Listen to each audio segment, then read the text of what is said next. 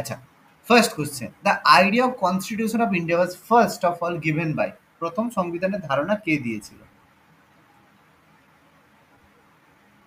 MN Roy. Mean Roy. M N Roy, Manabendranath Roy বা M N রয়, তিনি প্রথম আমাদের যে সংবিধানের ধারণা দিয়েছিলেন কত সালে? 1934। 1934, 1934-এ এম এন রয়, যে কমিউনিস্ট নেতা মানবেন্দ্রনাথ রয় আমরা পড়েছি, তিনি প্রথমবার কনস্টিটিউয়েন্ট অ্যাসেম্বলি বা সংবিধানের ধারণা তিনি প্রথম দিয়েছিলেন। ঠিক আছে, ভেরি গুড। কোন party, which party firstly mooted the idea of constitution, প্রথমবার কোন পার্টি সংবিধানের ধারণা দিয়েছিল বলেছিলাম? প্রথমবার ওই স্বরাজ। স্বরাজ পার্টি। স্বরাজ পার্টি। আমি পুরো নোটসের আমি প্রথমে ছিল না, স্বরাজ দল প্রথম 1934 সালে মতিলাল নেহেরু আর হচ্ছে আমাদের চিত্তরঞ্জন দাস, সিআর দাস, তারা মিলে স্বরাজ পার্টি তৈরি করেছিল 1923-তে। 1923-এ স্বরাজ পার্টি বানিয়েছিল কংগ্রেস থেকে বেরিয়ে, তাই না? মনে পড়েছে স্বরাজ পার্টির ফরমেশন? কংগ্রেস থেকে বেরিয়ে হুম মতিলাল নেহেরু আর হচ্ছে সিআর দাস, দেশবন্ধু চিত্তরঞ্জন দাস। সিআর দাস তো কিছুদিন পরে মারা গেল, তখন মতিলাল নেহেরুই সর্বেসর্বা হয়ে গেল।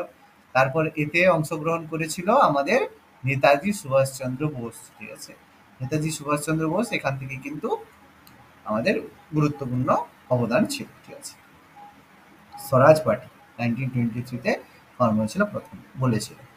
কোন কংগ্রেস সেশনে কনস্টিটিউয়েন্ট অ্যাসেম্বলির ডিমান্ড প্রথমবার নিয়ে আসা হয়েছিল?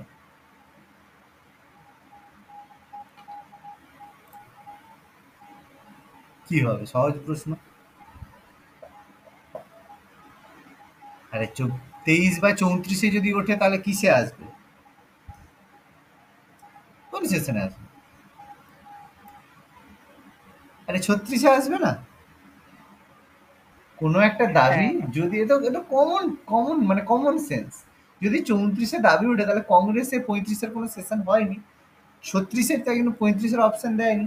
36-এর যে সেশন, সেখানেই তো এটা সম্পর্কে আইডিয়া উঠবে যে স্বরাজ পার্টি যেহেতু 34-এ এটা বলেছিল, তাহলে এই জিনিসটাই আমাদের উঠবে, মানে দাবি হিসেবে আসবে, তাই তো? 1936 সালের যে জাতীয় কংগ্রেসের অধিবেশন, সেখানেই এখানে এটা সম্পর্কে উঠবে, তাই না? The demand of Constituent Assembly was accepted. Which proposal of the British government? বলেছিলাম কোন ব্রিটিশ সরকার প্রথমবার এই যে কনস্টিটিউশনের ধারণা অ্যাকসেপ্ট করেছিল? কোথায় আমি পড়ানোর সময় সুন্দরভাবে বলেছিলাম, আগস্ট 11। আগস্ট অফারে, August. August of August offer 1940। 1940 viceroy কে ছিল? লিগনিত হবো offer. Lord Linlithgow. Linlithgow. Very good, Lord Linlithgow. তিনি প্রথমবার যে 1940-এ আগস্ট অফার দিয়েছিলেন, সেখানে তিনি প্রথমবার বলেছিলেন। এবার কেন অ্যাকসেপ্ট করেছিলেন? কারণ সেকেন্ড ওয়ার্ল্ড ওয়ারে ইন্ডিয়ানদের হেল্প পাওয়ার জন্য, মনে পড়েছে? কারণ ইন্ডিয়ানদের না বলে এ করার জন্য, সবাইকে না বলে ইন্ডিয়াকে বিশ্বযুদ্ধে যোগদান করিয়ে দিয়েছিল। সেই প্রতিবাদে 1939 সালে সবাই যে গভর্নমেন্ট ফর্ম করেছিল, সেই গভর্নমেন্ট থেকে সবাই রিজাইন করেছিল। এই যে 1935-এর ইলেকশন হলো, যেটা 1937-এ কার্যকরী করা হলো, দিয়ে 1939-এ সেটা ভেঙে গেল। কেন? কারণ সবাই রিজাইন করেছিল, কারণ ভারতীয়দেরকে না আলোচনা করে যেহেতু সেকেন্ড ওয়ার্ল্ড ওয়ারে যোগদান করে দিয়েছিল, কংগ্রেস সহ সমস্ত পার্টি এখান থেকে রিজাইন করে। সেই রিজাইন করার জন্য ভারতীয়দের কোনো সমর্থন পায়নি, তাদের কাছ থেকে সমর্থন পাওয়ার জন্য লিথগো 1940-এ আগস্ট অফারে এটা অ্যাকসেপ্ট করেছিল। মনে পড়েছে কথাগুলো?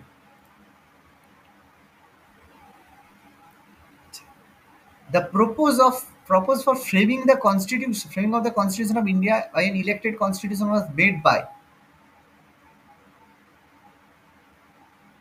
Cabinet mission. proposal of framing of constitution by an elected constituent assembly, যে এর মধ্যে কারা কারা থাকবে, bye bye N elected constituent assembly, এটা ফ্রেম হয়েছিল ক্যাবিনেট মিশন নয়, এটা ফ্রেম হয়ে গেছিল ক্রিপস মিশনে, স্টেপ বাই স্টেপ। ঠিক আছে, ক্রিপস মিশনে এটা অ্যাকসেপ্ট হয়েছিল, কিন্তু ক্রিপস মিশন কেন ব্যর্থ হয়েছিল? যেহেতু বলেছে বিশ্বযুদ্ধের অন্তরে, কারণ এগুলো ডিমান্ড তো পাচ্ছিল, কিন্তু ইন্ডিয়ানদের ডিমান্ড কি ছিল? Complete independence. তাদের দাবি ছিল কমপ্লিট ইন্ডিপেন্ডেন্স, কংগ্রেসের দাবি ছিল পূর্ণ স্বাধীনতা, আর মুসলিম লীগের দাবি ছিল সেপারেট পাকিস্তান। তাহলে এই দাবি যেহেতু পালন মানে হয়নি, মানেনি, সেই কারণে তারা বলছে না আমরা তো এগুলো মানবো না। কিন্তু কনস্টিটিউয়েন্ট অ্যাসেম্বলি সংক্রান্ত যে দাবিগুলো ছিল সেগুলোতে একটু একটু ফেজ বাই ফেজ হচ্ছিল। তাহলে প্রথমবার এই যে কনস্টিটিউয়েন্ট অ্যাসেম্বলির ধারণা, এটা আগস্ট পরে অ্যাকসেপ্ট হয়। আর কনস্টিটিউয়েন্ট অ্যাসেম্বলির মধ্যে যে ইলেক্টেড কনস্টিটিউয়েন্ট অ্যাসেম্বলি হবে বাই এন ইলেক্টেড, সেটা মেড বাই, সেটা কিন্তু ক্রিপস মিশন যেটা 1942 সালে এসেছিল সেটা কিন্তু অ্যাকসেপ্ট হয়েছিল। মাথায় ঢুকলো? ক্লিয়ার হচ্ছে হুম। জিনিসগুলো? স্ট্যাফোর্ড ক্রিপস, তাই তো? স্ট্যাফোর্ড ক্রিপস, তারপরে এভি আলেকজান্ডার আর পেথিক লরেন্স। এভি আলেকজান্ডার আর প্যাট্রিক লরেন্স। যা ক্রিপস মিশনে ছিল সেটাই ক্যাবিনেট মিশনে ছিল। ঠিক আছে, next. The Indian Constituent Assembly was established under, cabinet mission. এটা কোনো Cabinet ডাউট mission। নেই, ক্যাবিনেট মিশন 1946 সালে ভারতে যে ক্যাবিনেট মিশন এসেছিল তার মধ্যে হয়েছিল। পেথিক লরেন্স, স্ট্যাফোর্ড ক্রিপস আর এভি আলেকজান্ডার। ভারতে তারা কবে এসেছিল, ডেট মনে আছে? ক্যাবিনেট মিশনে হুম, ওই 24 না 8 এর কাছাকাছি হবে। মার্চ 24 1946 তারা ভারতে অ্যারাইভ করেছিল। আর ক্যাবিনেট মিশন প্ল্যানটা পাবলিশ হয়েছিল কবে? এটা অ্যারাইভড, ভারতে এসেছিল। আর ক্যাবিনেট মিশন প্ল্যানটা কবে দিয়েছিল? যেদিন এসেছিল সেদিন তো আর দেয়নি। প্ল্যান দিয়েছিল কবে? প্ল্যান দিয়েছিল মে 16, 16 মে। ঠিক আছে, এর মধ্যে প্রচুর বার মিটিং করেছে জিন্নার সাথে, গান্ধীর সাথে, প্রত্যেক দিন বলতে গেলে পাগলের মতো মিটিং করেছে। ঠিক আছে, কিন্তু কেউ সরবে না বাবা, আমার তো এটা চাই। আচ্ছা, who among the following person was not a member of cabinet mission?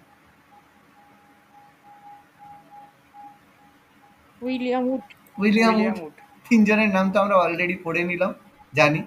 Pethick Lawrence, Stafford Cripps, AV Alexander, এই যে তিনজন রয়েছে এরা ক্যাবিনেট মিশনের মেম্বার। আর উইলিয়াম উড তিনি তার মেম্বার ছিলেন না, একদম সিম্পল। আচ্ছা, as per cabinet mission plan in the constituent assembly to decide allotted member seat in each provinces, one representative in the ratio of which population, মানে কত জনের ভিত্তিতে 10 একটা লাখ। করে সিট হবে? 10 লাখ। 10 লাখ। 10 lakh, very good. 10 লাখ পিছু লোকের জন্য একটা করে সিট বা একটা করে এ হবে ক্যাবিনেট মিশন। Very good. আচ্ছা, next. How many members there was in the constituent assembly? 389। 389। 389। 389 জন টোটাল মেম্বার কনস্টিটিউয়েন্ট অ্যাসেম্বলির মধ্যে ছিল।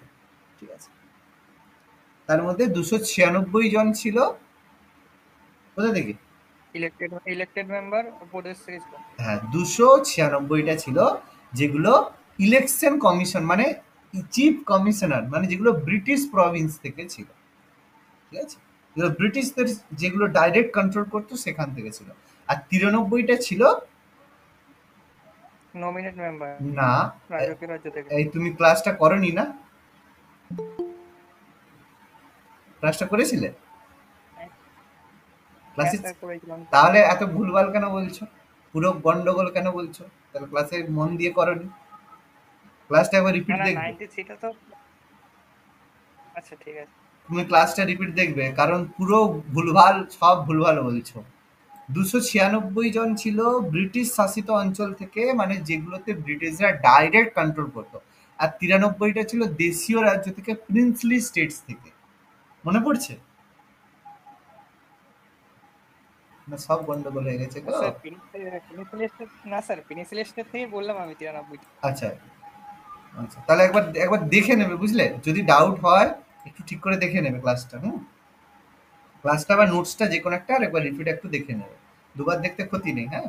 একটু, বাট তবে যেন ভুল না হয়। হ্যাঁ, ঠিক আছে। হুম। আচ্ছা, how were the members of constituent assembly elected? কিভাবে তারা ইলেক্টেড হতো গণপরিষদে?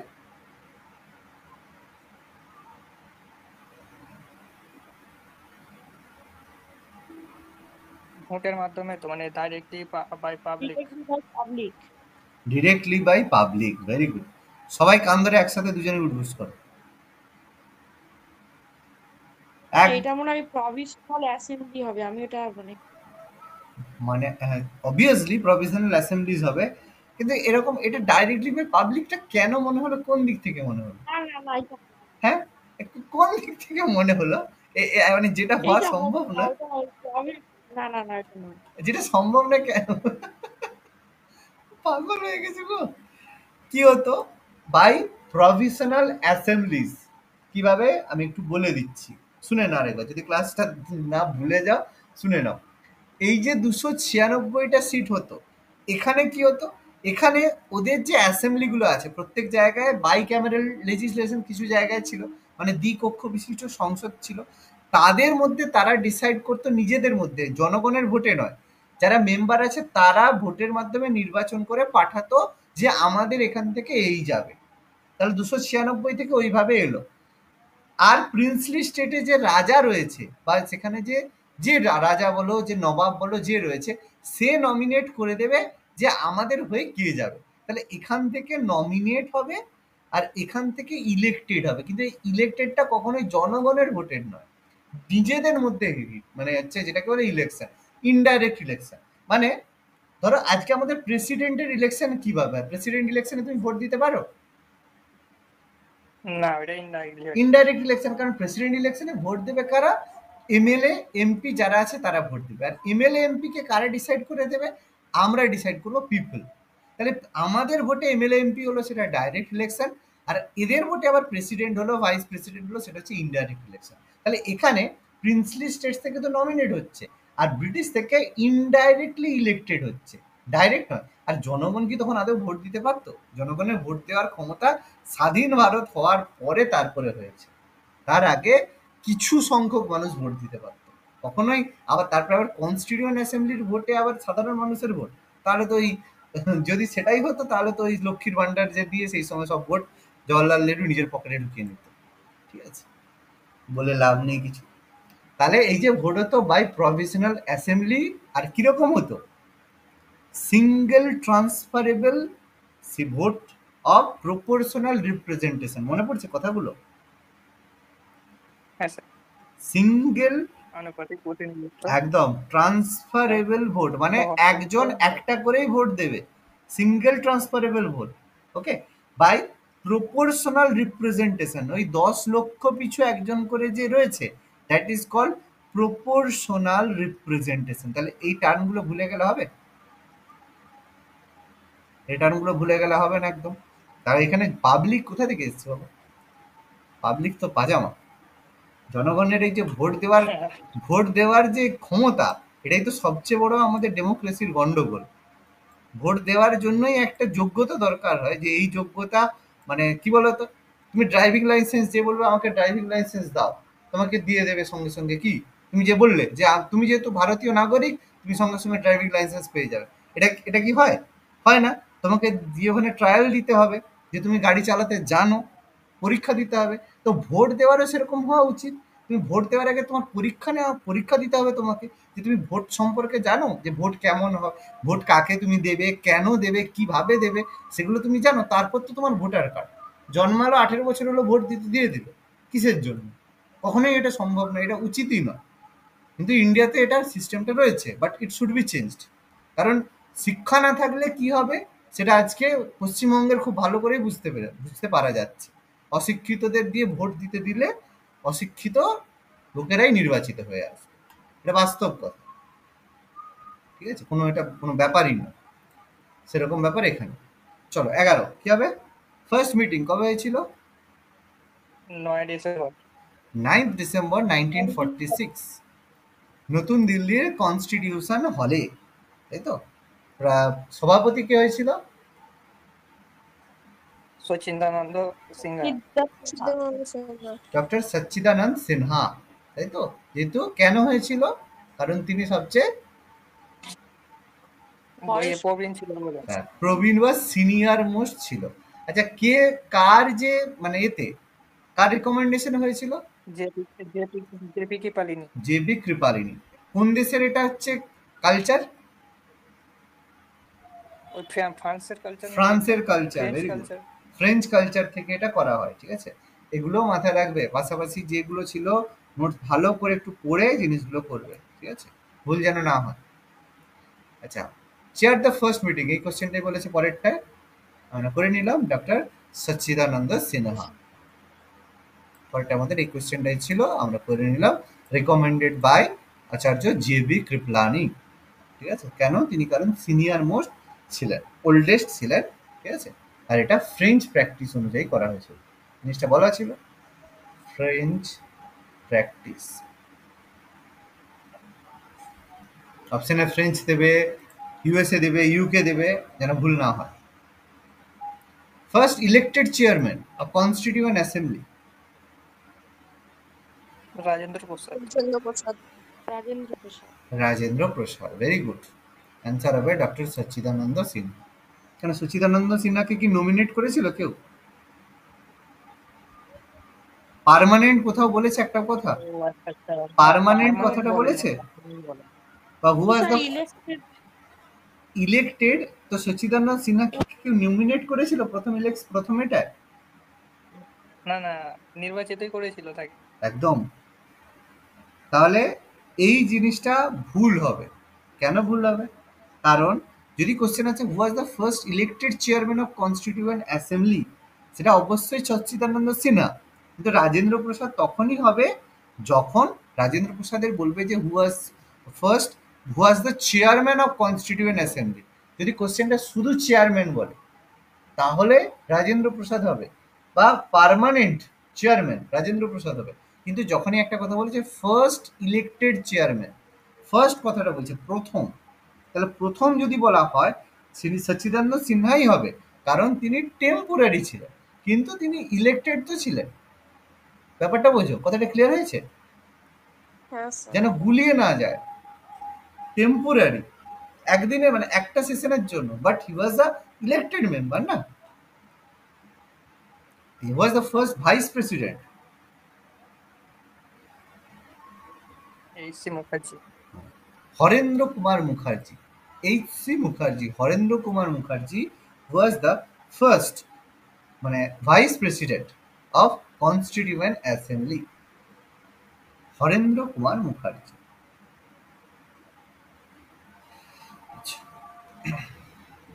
Next, how many members was present in the first meeting? 211 জন। 211 জন। কেন 211 কেন? ওই মুসলিম লীগ থেকে আসে। Muslim very good. তাহলে বেরিয়ে গেছিল, প্লাস নমিনেটেড মেম্বার থেকে বেরিয়ে গেছিল। বেরিয়ে গেছিল, তাহলে সেই জন্য 211, ঠিক আছে, ভেরি হ্যাঁ। Good. 11 was the president of constituent assembly of independent India. কি হবে? এইটা স্যার রাজেন্দ্র প্রসাদ। ডক্টর রাজেন্দ্র প্রসাদ। এটা হবে রাজেন্দ্র প্রসাদ। রাজেন্দ্র। যদি শুধু বলে who was the president of constituent assembly, that is Rajendra Prasad. এবার ক্লিয়ার হলো কথাটা, কোথায় হবে কোথায় হবে না? হ্যাঁ sir. How many women member, কতজন ছিল মহিলা? 15 জন। 15। 15 জন, ঠিক আছে। তাদের নাম, ডিটেলস, ঘর বাড়ি সব দিয়ে দিয়েছিলাম, তাই তো? পড়তে পারো, অসুবিধা নেই। না মানে পড়তে পারো, কোনো সমস্যা নেই। যদি পড়ো ভালো, জাস্ট নামগুলো মনে রাখার জন্য কয়েকটা: কমলা চৌধুরী, লীলা রয়, ঠিক আছে, কিছু নাম, রাজকুমারী অমৃতা কর, সুচেতা কৃপালিনী, বিজয়লক্ষ্মী পণ্ডিত, যারা মেন হেড, ঠিক আছে, সেগুলো মনে রাখলেই হবে। দুর্গাবাই দেশমুখ, এই কয়েকটা নাম মনে রাখলেই হবে, সব ভুলে গেলে কোনো অসুবিধা নেই, কিন্তু মেন যাদের তাদের মনে রাখতে হবে।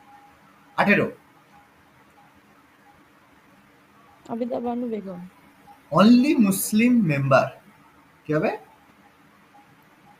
আরে নির্বাচন দেওয়া হলো, যে ভুলে যাচ্ছে কেন, ওয়াজিদ আলী শাহ, তার ওয়াইফ ছিল তো তোমার হচ্ছে হজরত মহল, তাই না?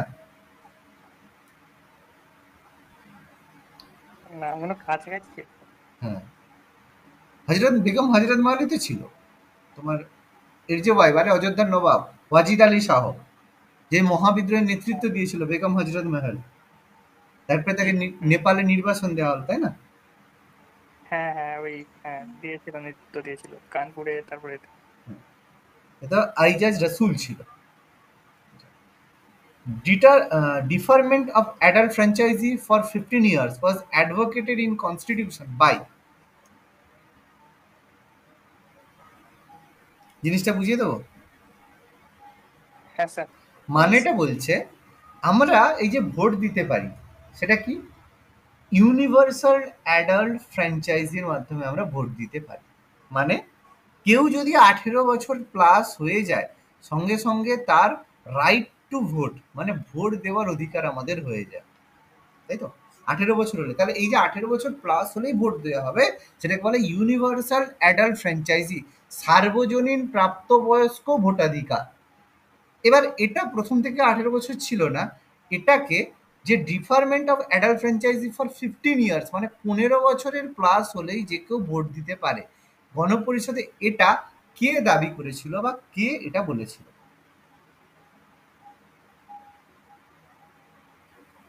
বুঝতে পারবে এটা কে বলেছিল? জওহরলাল নেহেরু নাকি? না, এটা জবাব নিতে হবে নাকি? এটা হবে আম্বেদকর। মৌলানা আবুল কালাম আজাদ, আমাদের প্রথম শিক্ষামন্ত্রী। ঠিক আছে, যাই হোক, আর কিছু বেশি কিছু বলছি না, নতুন করে বলার কিছু নেই ভদ্রলোকের সম্পর্কে। আচ্ছা, when was the first historic objective revolution proposed? 13ই ডিসেম্বর। না, 13ই ডিসেম্বর, 1946 একদম গণপরিষদের প্রথম অধিবেশনের তৃতীয় দিনে এই দিন অবজেক্টিভ রেজলিউশন বা মানে যেটাকে আমরা বলি উদ্দেশ্য সংক্রান্ত প্রস্তাব, যেখান থেকে আমাদের নেওয়া হয়েছে পরবর্তীকালে প্রিয়াম্বেল, মানে প্রস্তাবনা। প্রস্তাব। ঠিক আছে, কে দিয়েছিল? জওহরলাল নেহরু। J L Nehru. আর এটা সেকেন্ড সেশনে এটা পাস হয়েছিল। আচ্ছা, পরের কোশ্চেন ওটাই আছে, জওহরলাল নেহেরু। তার সঙ্গে সঙ্গে ডেটটাও দিয়ে দিয়েছে, তাই না? পরের কোশ্চেনে Yes, sir. পরের কোশ্চেনে দিয়ে দিয়েছে। আচ্ছা, ভালো, 13 ডিসেম্বর হয়েছিল। নেক্সট, পরের কোশ্চেন কি বলছে? The resolution for giving a constitution to India was adopted by the constituent assembly on,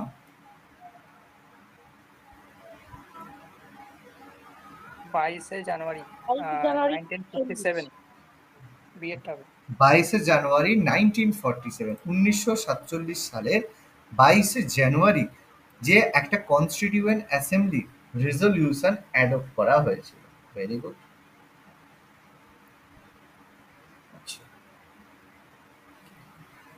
who was the first speaker of constituent assembly? প্রথম স্পিকার কে ছিল? মাভালকার। হ্যাঁ, মাভালকার। জি.ভি. মাভালঙ্কার, গণেশ বাসুদেব মাভালঙ্কার। গণপরিষদের প্রথম স্পিকার ছিলেন জি.ভি. Mavalankar, first speaker. ঠিক আছে, আর ইনি লোকসভারও ফার্স্ট স্পিকার ছিলেন, তাই তো? লোকসভারও প্রথম স্পিকার। হ্যাঁ, লোকসভার ফার্স্ট স্পিকার। আচ্ছা, হাউ মেনি সেশনস, কতগুলো সেশন হয়েছিল? 11টা। 11টা সেশন হয়েছিল, গণপরিষদের 11টা সেশন হয়েছিল। আচ্ছা, কতদিন সময় লেগেছিল? 2 বছর 11 মাস 18 দিন। 18 দিন। 2 বছর 11 মাস 18 দিন, অ্যাপ্রক্স 3 বছর সময় আমাদের লেগেছিল। 2 বছর 11 মাস 18 দিনে আমাদের সংবিধান রেডি হয়ে চলে এসেছে। ঠিক আছে। আচ্ছা, এবার আমি একটা কোশ্চেন করছি, ঠিক আছে? আমাদের যে সংবিধানটা তৈরি হয়েছে সেটা কতগুলো দেশের মানে কনস্টিটিউশন থেকে মার্ক নেওয়া হয়েছে, মানে কত দেশের সংবিধান থেকে তার জিনিসগুলো নেওয়া হয়েছে? 60টা। বাহ, ভেরি গুড, 60 কান্ট্রিজ। ঠিক আছে, এটা এবার আমরা কয়েকটা পড়ি, কেন সেগুলো থেকে মেন গুরুত্বপূর্ণ, কিন্তু টোটাল রেফারেন্স আমাদের নেওয়া হয়েছে 60 কান্ট্রিজ। এবার অ্যাবাউট এটা, ঠিক আছে, এটা মানে এই নয় যে টোটাল 60, ইটস অ্যাবাউট। আচ্ছা, আর কত টাকা খরচ হয়েছিল বলেছিল? 64 কোটি। এই কোটি না, লক্ষ। 64 লক্ষ। আর আজকের দিনে বললে ট্রিলিয়ন, এখন বিলিয়নে লাগিয়ে দিত, তাই তো? কারণ হ্যাঁ। তার সাথে তো হচ্ছে ইয়ে আছে না, কার্ড মানি আছে, কার্ড মানি ছাড়া তো কিছু হবে না, তাই না? খরচ আছে তার সাথে কাটমানি। আচ্ছা, কি হবে? হু among the following was the chairman of union constitution committee? Jawaharlal Nehru. Jawaharlal Nehru. Union, ওই যে বলেছিলাম union constitution committee, Jawaharlal Nehru, J এল নেহরু এটা বলেছিল। কতগুলো কমিটি ছিল মনে আছে? প্রধান কমিটি 8টা ছিল। আট, আটটা মেজর কমিটি, আর মাইনর 13টা না কথা এটা তো। 13টা। ভেরি গুড, বাহ, মনে আছে। তাহলে ওখানে কেন গন্ডগোল হচ্ছিল বলো তো প্রথমটায়? আমি গন্ডগোল, বুঝতে পারছি না কোনটা ছিল তো। তখন একটু গন্ডগোল হয়ে গেছিল, তাই না? ইউনিয়ন কনস্টিটিউশন কমিটির চেয়ারম্যান ছিল জেএল নেহরু। ইউনিয়ন পাওয়ার কমিটির মনে আছে? হ্যাঁ ওইটাও এই হবে, ওই ওটাও নেহেরু। জওয়াহরলাল নেহরুই হবে। জওহরলাল ইউনিয়ন নেহরু। কোনো জওয়াহরলাল নেহরু বেশি হবে। আচ্ছা, who was the chairman of provincial constitution committee?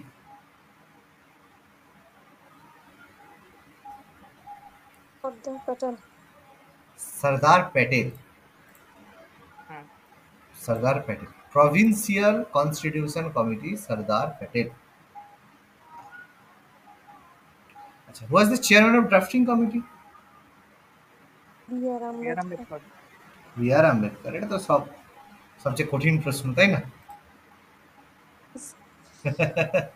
ছোটবেলা থেকে পড়ে এসেছি, ডাব্লিউবিসিএস এ কতবার কোশ্চেনটা করেছে। মানে অষ্টাধ্যায়ী কার লেখা আর ড্রাফটিং কমিটির চেয়ারম্যানকে, এটা ডাব্লিউবিসিএস এর 2012-13 থেকে মানে পর পর দেখতে গেলে প্রত্যেক বছর পড়ে এসেছে এই দুটোর মধ্যে, তাই না? তুমি এই প্রিভিয়াস ইয়ার খুলে দেখবে, এই দুটো কোশ্চেন প্রচুর রিপিট। আচ্ছা, was the chairman of advisory committee of fundamental rights and minorities constituent assembly?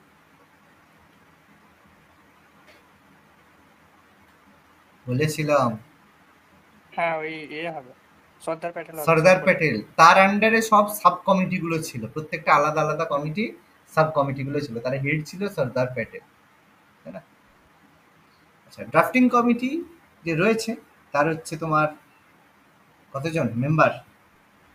B.R.. আম্বেদকরকে নিয়ে ওই আর 6 জন আছে। বি হবে টোটাল 7 জন।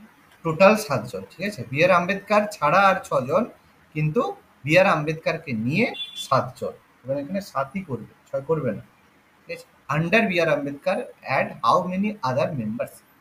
7 জন। আচ্ছা হ্যাঁ বি.আর. আম্বেদকরকে নিয়ে 7 জন। একদম, বি আর আম্বেদকরকে নিয়ে 7 জনের করবে। আচ্ছা, who among the following was not a member of drafting committee?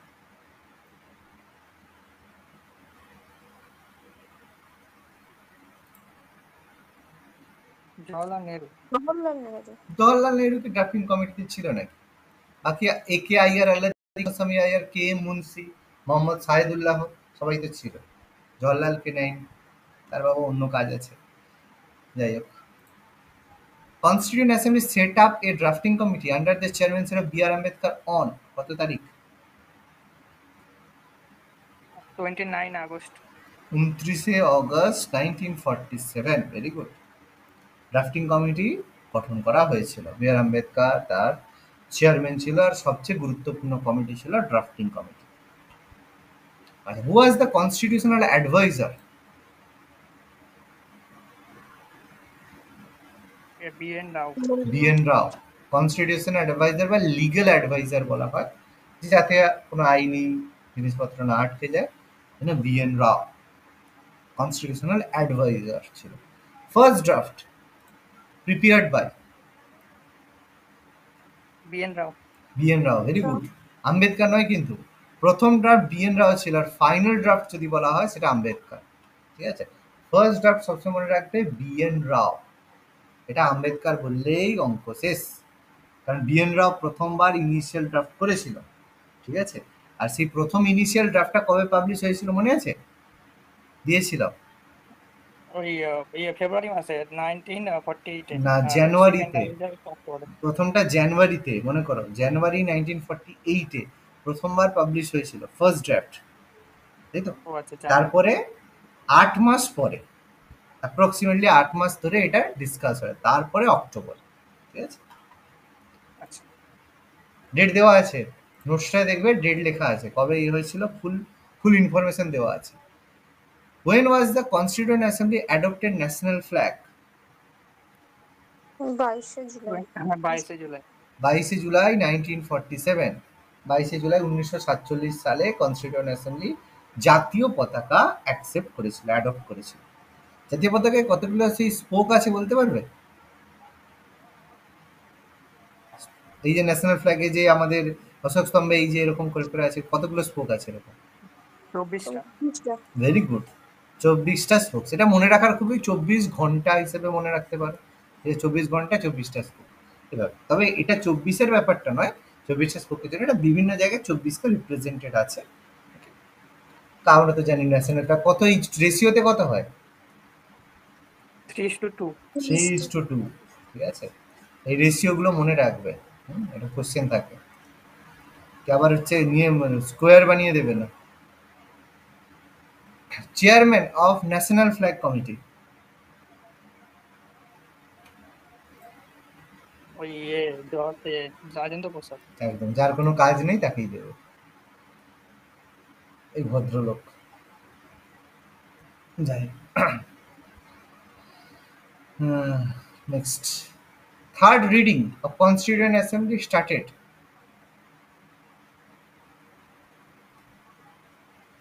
আচ্ছা, এটা পারাটা চাপের ব্যাপার। থার্ড রিডিং কনস্টিটিউয়েন্ট অ্যাসেম্বলি 14ই November 1948, constituent assembly third reading বলা হয়। এটা বাদ দাও, করার দরকার নেই একটু। সরি, 14ই নভেম্বর 1948, হ্যাঁ।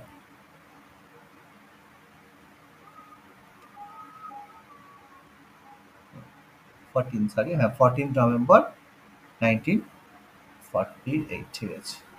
আচ্ছা, the constitution of India was completed on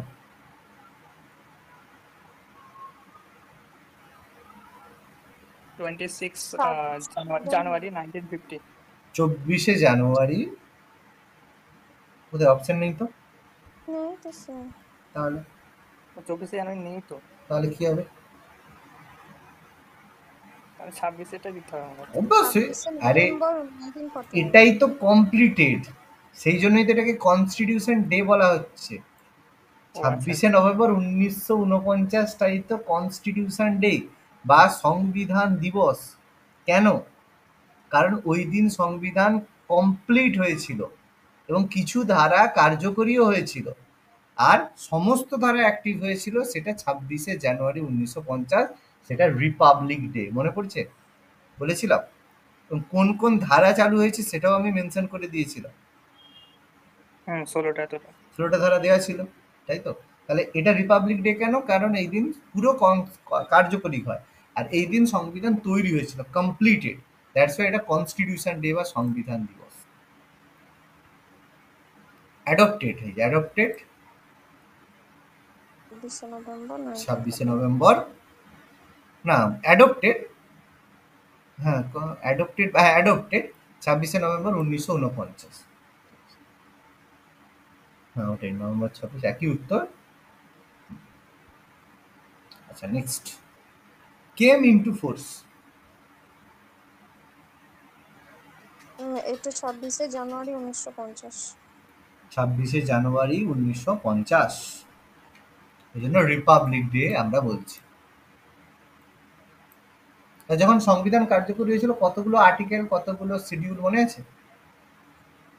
total সেই যখন কার্যকর হয়েছিল পার্ট ছিল হচ্ছে 22টা, আর শিডিউল ছিল হচ্ছে 8টা, আর এ ছিল হচ্ছে 395টা। ভেরি গুড, 395, 8 আর 22, ঠিক আছে। 395টা article, 8টা schedule, schedule.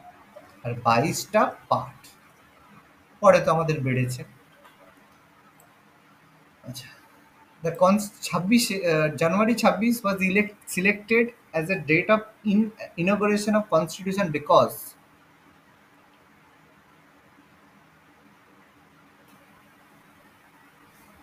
Independence day. কারণ the Congress had observed it as the Independence Day in 1930। 1930-এ রাবি নদীর তীরে 26 জানুয়ারি প্রথমবার লাহোরের রাবি নদীর তীরে করা হয়েছিল, এই জন্য এটা করা হয়েছে। এবং সেই সময় নেহেরু ছিল, আর সেইটাকে স্মরণীয় করতে 26 জানুয়ারি রিপাবলিক ডে করে দিয়েছে। ঠিক আছে, মানে মারাত্মক লোক ছিল, মানে কি বলবো, ফুটেজ খোর কোনো যদি পাবলিক হয় সেটা হচ্ছে এই যে নেহেরু। মারাত্মক চোর। Which one among the following is an incorrect statement about Constituent Assembly?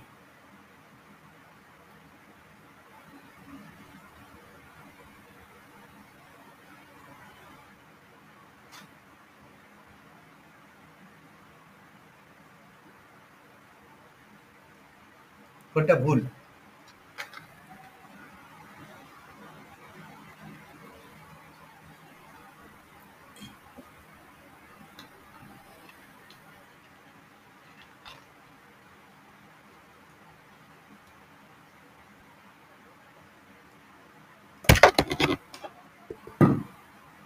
এক্ষুনি তো এটা নিয়ে আলোচনা হলো একটু আগে। ডিটা হবে মনে হচ্ছে। ডিটা হবে? তো ইউনিভার্সাল অ্যাডাল্ট ফ্র্যাঞ্চাইজির মাধ্যমে ইলেক্টেড হতো পাগল? হ্যাঁ হ্যাঁ ওটাই, হ্যাঁ। এটা তো হতো, বললাম একটু আগে এটা নিয়ে এত আলোচনা করলো যে ইউনিভার্সাল অ্যাডাল্ট ফ্র্যাঞ্চাইজির মাধ্যমে ইলেকশন হতো না, বাকিগুলো তো ঠিক আছে। প্রথমটা 100% ঠিক। অনেক কমিটি ছিল, তার মধ্যে ড্রাফটিং কমিটি অন্যতম।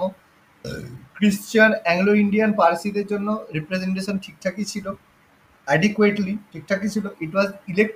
Its electoral process was based on the sixth schedule of the Act of 1935, কারণ ভারত শাসন আইনের অনুযায়ী ইলেকটোরাল প্রসেস ছিল, which allowed for a restricted franchise based on tax, property and educational qualification.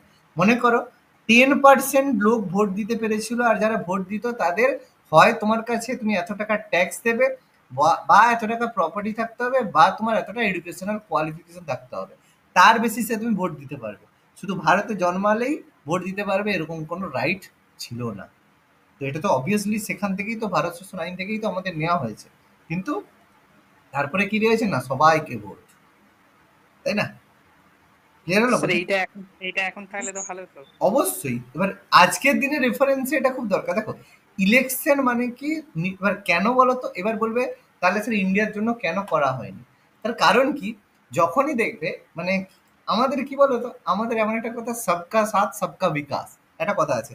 যখন এবার ইন্ডিয়ার ক্ষেত্রে এটা কেন সম্ভব হয় না, কারণ ইন্ডিয়ার ম্যাক্সিমাম মানুষ হচ্ছে আনএডুকেটেড, মানে যাদের স্কুলে যাওয়ার মতো বা এতটা এডুকেশনাল কোয়ালিফিকেশন করার মতো ক্ষমতা নেই।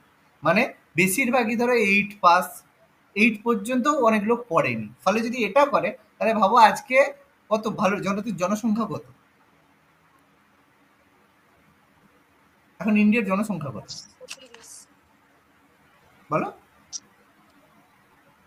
130 কোটি। 130 কোটি। আচ্ছা 20 কম করে বলে 120 কোটি। যদি এটা করে ভোট কতজন দেবে? 2 কোটি ভোট দেবে, খুব বেশি হলে 2 কোটি 3 কোটি ভোট দেবে, তার বেশি কেউ ভোট দিতেই পারবে না। কারণ ম্যাক্সিমাম আমাদের কোশ্চেন যাদের এডুকেশন কোয়ালিফিকেশনই নেই, কোথা থেকে দেবে তারা? আর যদি আমরা ট্যাক্সের কথায় যেতে যাই, তাহলে কটা মানুষ ট্যাক্স দেয়, ইনকাম ট্যাক্স কটা মানুষ দেয়, আর কটা মানুষের হাতে প্রপার্টি আছে? সে 1 কোটি মানুষের হাতেও নেই প্রপার্টি, 1 কোটি মানুষও ট্যাক্স দেয় না। যদি হিসেব করে দেখো ট্যাক্স রিজিমের মধ্যে কতটুকু মানুষ দেয়, তাহলে সেটা যদি এখানে করতে যায় তাহলে খুব কম সংখ্যক মানুষ এই প্রসেসে যুক্ত হবে। আর এই এত কম সংখ্যক মানুষ একটা প্রসেসে যুক্ত হলে তারা বলবে ধুর, আমরা যদি ভোটই না দিতে পারি, ও সরকার যা করছে করো, আমার দেশের প্রতি কি দায়বদ্ধতা রইল?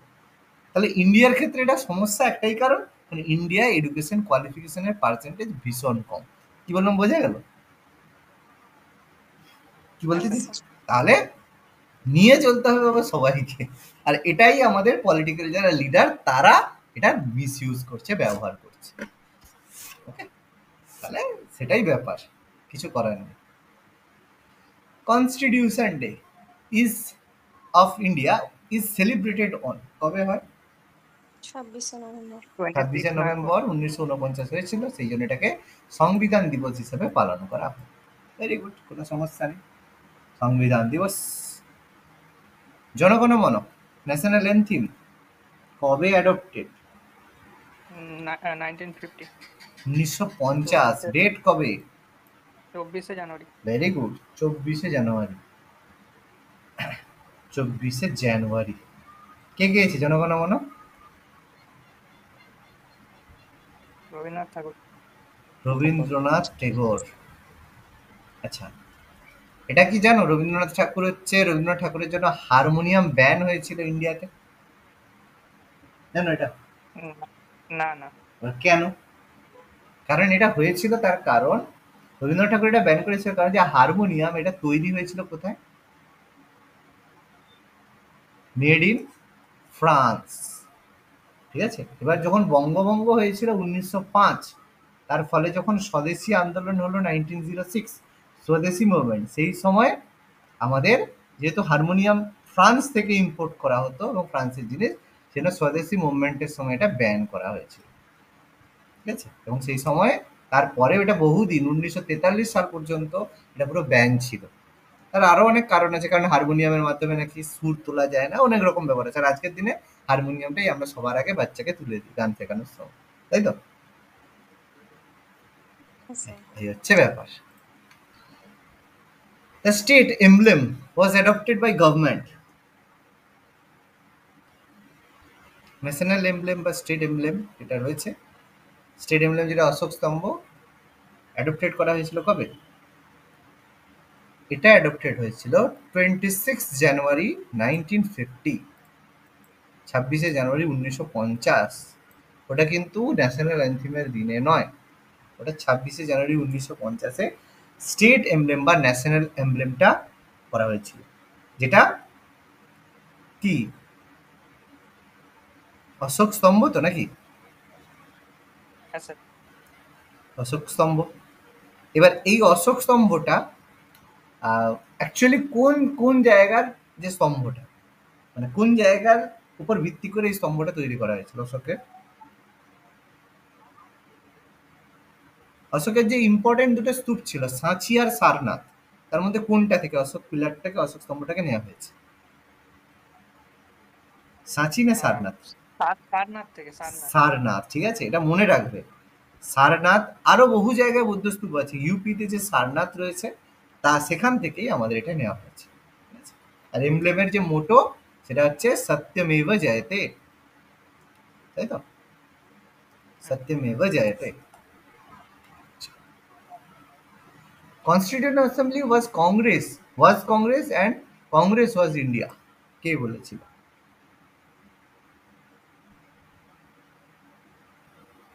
এটা পারবে না, এটা হচ্ছে এটা অস্টিন।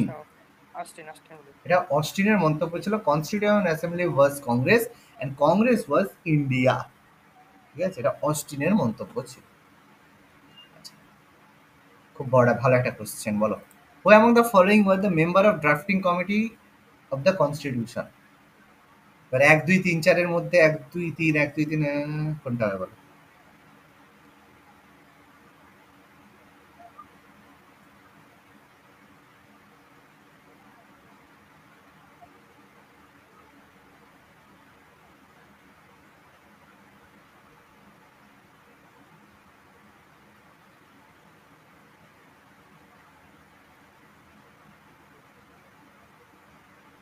এক তিন হবে।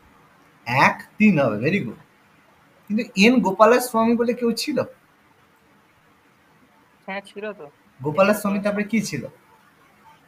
এন গোপালাস্বামী আইকার নাকি একটা ছিল। Iyengar, very good. তাহলে এখানে দেখো আয়েঙ্গার মনে রাখলে আর এটা বললে ও, তার মানে এখানে তো আল্লাদি কৃষ্ণস্বামী আইয়ার মনে আছে, তো এখানে এন গোপালাস্বামী কিন্তু আয়েঙ্গার। ঠিক আছে, তাহলে এটা যদি না মনে থাকে ব্যাস গল্প শেষ। যদি নাম ভুলে যাও তাহলে ওখানেই গল্প শেষ। তাহলে আল্লাদি কৃষ্ণস্বামী আইয়ার আর গোপালাস্বামী আয়েঙ্গার, অপশন 1 and 3। ঠিক আছে, বাকি তো প্যাটেল আর নেহেরু তো নয়। আর অনলি 3 অপশন এখানে দেয়নি যদিও। ঠিক আছে, তো সেদিক থেকে আমরা যদি দেখতে যাই তো আমাদের 1 and 3। আচ্ছা, কনসিডার দ্য ফলোইং স্টেটমেন্ট, বলো।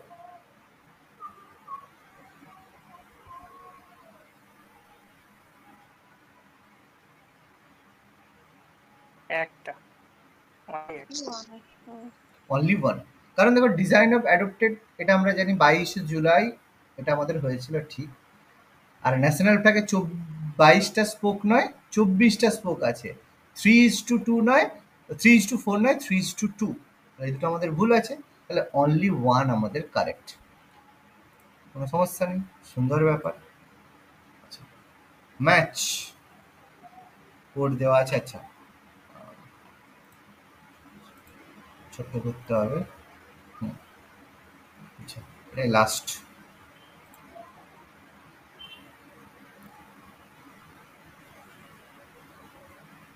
Vice president of constituent assembly কে? এসসি মুখার্জি। এইচ.সি. মুখার্জি। তাহলে এটা হচ্ছে 4। তাহলে A4 অপশনে কি কোনটা আছে দেখেই বোঝা যাচ্ছে একটা। বি। হ্যাঁ, বি দেখেই বোঝা যাচ্ছে। বাকিগুলো না করলেই হয়, তাই না? হুম আচ্ছা যাই হোক, বিয়েরটা আমরা বুঝেই যাচ্ছি, এটাই বুদ্ধি। ওকে, আমরা জানি originally the Congress only Congress member of drafting committee কে ছিল? কি হচ্ছে তাহলে বিয়েরটা? এম 3, কে এম মুন্সি, তাই তো? Originally only Congress member of drafting committee K M Munshi. মনে রাখবে, এই যে খেয়াল করবে, এটা দেখে একটু ইনফরমেশন গুলো নিয়ে নাও, এমসিকিউ দিলে নাহলে ঘটি হারিয়ে যাবে। Member of constituent assembly representing Rajasthan princely state. Rajasthan থেকে কে রিপ্রেজেন্ট করেছিল প্রিন্সলি স্টেটে? VT কৃষ্ণমাচারী। আর chairman of union constitution committee Jawaharlal Nehru. দেখো, এখান থেকে দুটো ইনফরমেশন আমাদের জানা ছিল, কিন্তু বি আর সি কিন্তু আমাদের জানা ছিল না। যে অপশন যদি এরকম দুটো দিয়ে দিত, মানে একটু যদি আরো কঠিন ভাবে, হয়তো একটা অপশন দিল 4 এ আর, মানে 4 আর 3 কে, এ আর ডি কে ঠিকঠাক দিল, বাকি ওই দুটোকে উল্টে দিল, তখন কি হতো? তখন কঠিন হয়ে যেত না? স্যার। তখন জিনিসটা মাথায় আমাদের রাখতে হতো। ঠিক আছে, এটা আমাদের মাথার মধ্যে রাখতে হবে। এই 1 আর 3 যদি উল্টে পাল্টে দিত, ব্যাস তাহলেই গল্প হয়ে যেত।